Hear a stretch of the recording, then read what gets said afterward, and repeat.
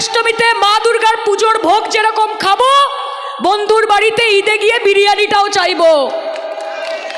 অধিকার আছে আমার।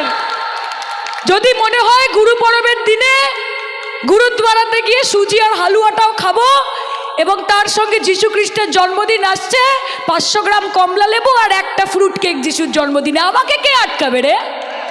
কে আটকাবে? আমরা শান্তি সম্প্রীতি একে অপরকে সঙ্গে নিয়ে বড় হয়েছি।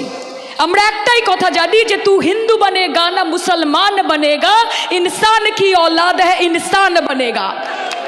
আগে মানুষ হবে, তারপর হিন্দু মুসলমান করবে। আর শুভেন্দু অধিকারী নাম বললে দিন খারাপ যায়,